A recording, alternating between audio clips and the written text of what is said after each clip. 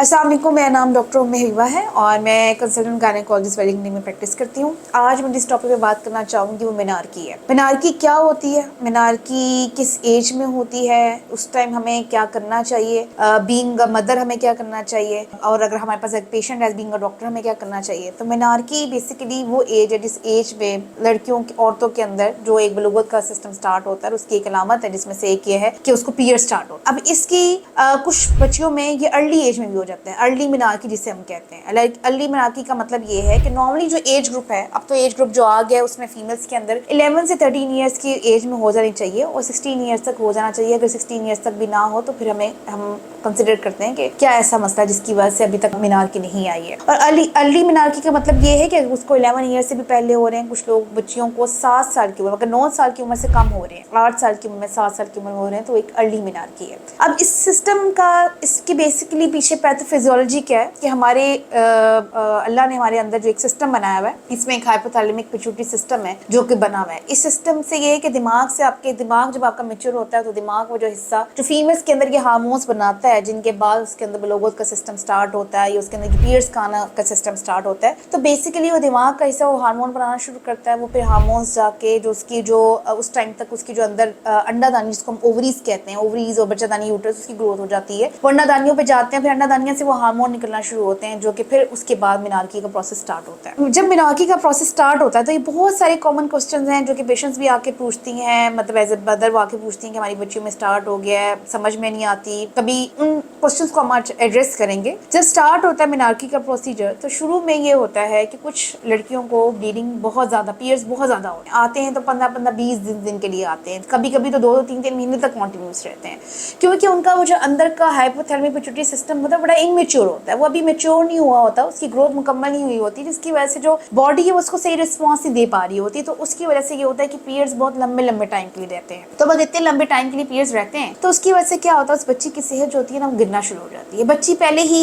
इस बड़े नाजुक टाइम से गुजर रही होती है, ठीक है, उसको पता नहीं होता कि उसके अंदर ये चेंजेस क्या आ गई हैं। इसलिए मैं कहती हूँ कि जब 8-9 ईयर्स की एज आ जाए तो बच्चियों के साथ गुफ्तगू करनी चाहिए, उनको इस बारे में अवेयरनेस देना चाहिए कि पीरियड्स क्या होते हैं, इसके अंदर आपके हार्मोनल चेंजेस भी होना शुरू होते हैं, वो एकदम अपनी लाइफ के एक ट्रांजिशन फेज से वो गुजरती हैं। तो उस टाइम में उनको बहुत ज़्यादा सपोर्ट की चाहिए ज़रूरत होती है। सबसे पहले तो ये कि एक मोरल सपोर्ट, एक सपोर्ट आपने उनको देनी है, समझाना है। और जब पीरियड्स अगर ज़्यादा हो रहे हैं, कॉन्टीन्यूस हो रहे हैं, बहुत ज़्यादा हैवी पीरियड्स हो रहे हैं, तो आप अपनी गायनेकोलॉजिस्ट से फ़ौरन कॉन्टैक्ट करें, क्योंकि इन पीरियड्स को रेगुलर करना ज़रूरी है। क्योंकि अगर उनको नहीं किया जाएगा तो क्या होगा कि वो जो बच्ची है ब्लीड करते करते उसका हीमोग्लोबिन इतना ड्रॉप कर जाएगा, उसकी वजह से उसके अंदर इतनी नकाहट, इतनी कमज़ोरी आ जाएगी, वो अपनी एक्टिविटीज़ नहीं कर पाएगी, और खून की कम होने की वजह से उसके बाकी जो उसके हार्ट पे इफेक्ट पड़ेगा और उसकी हेल्थ कंडीशन बहुत कॉम्प्रोमाइज़ हो जाएगी। और हमने ऐसी देखी है बच्चियाँ जो इतने अरसे बाद आती है, उनका हीमोग्लोबिन 4 और 5 तक पहुंचा हुआ होता है। तो अगर आपको लगता है कि पीरियड्स बहुत ज़्यादा हो रहे हैं, ब्लीडिंग बहुत ज़्यादा कॉन्टिन्यूस हो रही है, तो गायनेकोलॉजिस्ट के पास आएँ, हम हार्मोनल मेडिसिन देकर और पीरियड्स को रेगुलेट करने की कोशिश करते हैं। अब इसमें एक मिथ है, बहुत सारी खवातीन आती है जब उनको मेडिसिन स्टार्ट करते हैं तो वही कहती हैं कि ये वो गोलियां तो नहीं है जो बच्चे को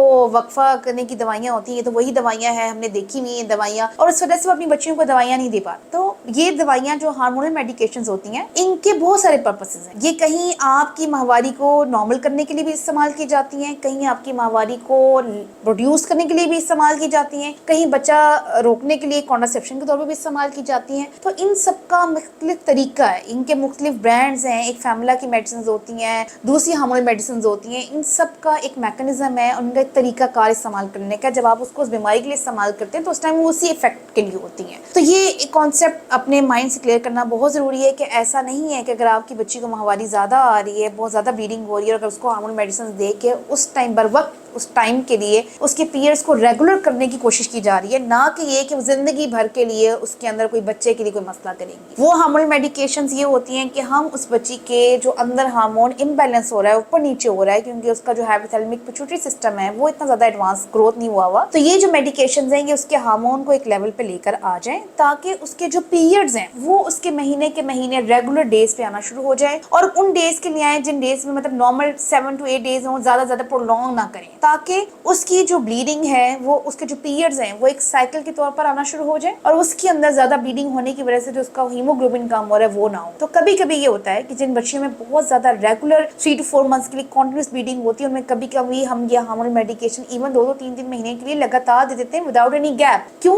ताकि उसके अंदर जो उसकी खून की कमी हो रही है वो खून की कमी को हम पूरा कर सके उन 3-4 महीनों में। तो जैसे मैंने आपको बताया कि कभी भी आपने ये नहीं सोचना है कि जो मेडिकेशन है, आप डॉक्टर से डिटेल में पूछ सकती हैं कि जो मेडिकेशन है इनका क्या पर्पस है, किस लिए इस्तेमाल की जा रही है, इनके क्या साइड इफेक्ट्स हैं, और हमने बेसिक देखना होता है कि अभी के लिए इसके लिए बच्ची में क्या फायदे हैं। तो हार्मोनल मेडिकेशन दे के बच्ची को कुछ टाइम के लिए हम मेडिसिन पे डाल के ऐसी बच्चियों की जिनकी ब्लीडिंग बहुत ज्यादा होती है ताकि उनके वो पीरियड्स रेगुलर हो जाए। इसके साथ साथ जब कुछ अर्से बाद उनके पीरियड्स रेगुलर हो जाते हैं, क्या होता है कि 1-2 सालों के अंदर जो हाइपोथैलेमस पिट्यूटरी सिस्टम है वो ग्रोथ हो जाता है, उसकी मैच्योरिटी हो जाती है, आहिस्ता आहिस्ता पीरियड्स रेगुलर होना शुरू हो जाते हैं। डेली एक्टिविटीज में डेली वॉक, एक्सरसाइज, अपनी हाइड्रेशन का बहुत ज्यादा ख्याल रखें इन दिनों में। और जैसे कि मैंने आपको बताया कि उस ऐसी बच्चियों को बहुत ज्यादा इस टाइम में, ट्रांजिशन टाइम पीरियड में बहुत ज्यादा सपोर्ट की जरूरत होती है, इमोशनल सपोर्ट की जरूरत होती है, मोरल सपोर्ट की जरूरत होती है, जो कि आपने बीइंग अ मदर आपने देनी है। अगर आपके पास एज अ पेशेंट आपके पास आ रहा है, एज अ डॉक्टर आपने जो है ना वो उसको ये मोरल सपोर्ट भी साथ साथ देनी होती है। और इसके साथ साथ जिन बच्चियों में वेट का इशू होता है, अब मेनार्की में कुछ बच्चों के साथ प्रॉब्लम ये होता है कि उनके वेट बहुत ज्यादा बड़े हुए होते हैं। जब वेट ज्यादा बड़ा हुआ होता है तो उनके अंदर ये प्रॉब्लम होता है कि उनके जो पीरियड्स होते हैं वो 6-6 महीने बाद, 7-7 महीने बाद आते हैं। उनके अंदर हेयर ग्रोथ होना स्टार्ट हो जाती है, जो के साथ साथ उनके पीसीओएस का एलिमेंट आना शुरू हो जाता है। पीसीओएस एक बहुत बड़ी, एक अलग से डिबेटेबल टॉपिक है, हम कभी इस बारे में बात करेंगे।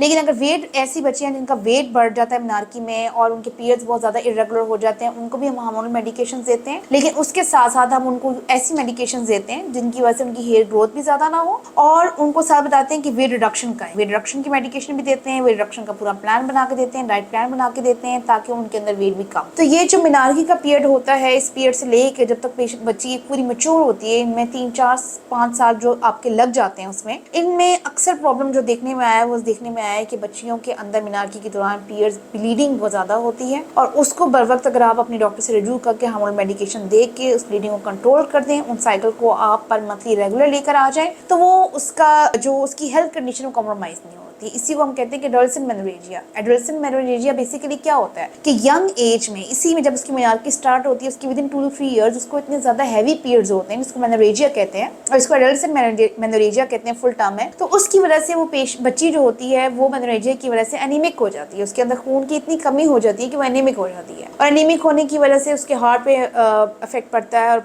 उसकी हेल्थ कंडीशन कॉम्प्रोमाइज हो जाती है। तो अगर आप बर वक्त इस मेनोरेजिया को डायग्नोज करें कि जी ये पीरियड्स बहुत ज्यादा हैवी हैं, इसको टेम्परेरी कंट्रोल करने के लिए मेडिकेशन होती है, इसको ट्रांसनेमिक एसिड देते हैं ताकि ट्रांसनेमिक एसिड से उस बच्ची की ब्लीडिंग टेम्परेरी कंट्रोल हो, और फॉर लॉन्ग टाइम को उसको कंट्रोल करने के लिए फिर हम हार्मोन मेडिकेशन देते हैं। इसके साथ जनरल जो लाइफस्टाइल कंडीशंस हैं उनको मॉडिफाई करते हैं और रेगुलर चेकअप्स करवाते हैं। विदिन 2 to 3 इयर्स बच्ची जो है उसके साइकिल नॉर्मल होना शुरू हो जाते हैं और आहिस्ता आहिस्ता कंडीशन भी होना शुरू हो जाती है। तो मैं सबको एंड द एंड यही मैसेज देना चाहूंगी कि जब आपकी बच्चियों में ये पीरियड्स का प्रोसेस स्टार्ट होता है तो आप जरूर इस चीज पर नजर रखें और आप देखें अगर आपकी बच्चियों को पीरियड्स बहुत ज्यादा टाइम के लिए हो रहे हैं, 15 से 20 दिनों के लिए हो रहे हैं, लगातार हो रहे हैं, कॉन्टिन्यूस हो रहे हैं, तो आप फौरन अपनी गायनेकोलॉजिस्ट से रिव्यू करें ताकि बर वक्त हार्मोन मेडिकेशंस दे के उसके साइकिल को आप रेगुलेट कर सकें और उसके अंदर की मेनोरेजिया होने की वजह से जो एनीमिया और ये जो सारे सिम्टम्स हैं और ये जो वर्स्ट कंडीशन है इससे बचाया जा सके। Thank you so much.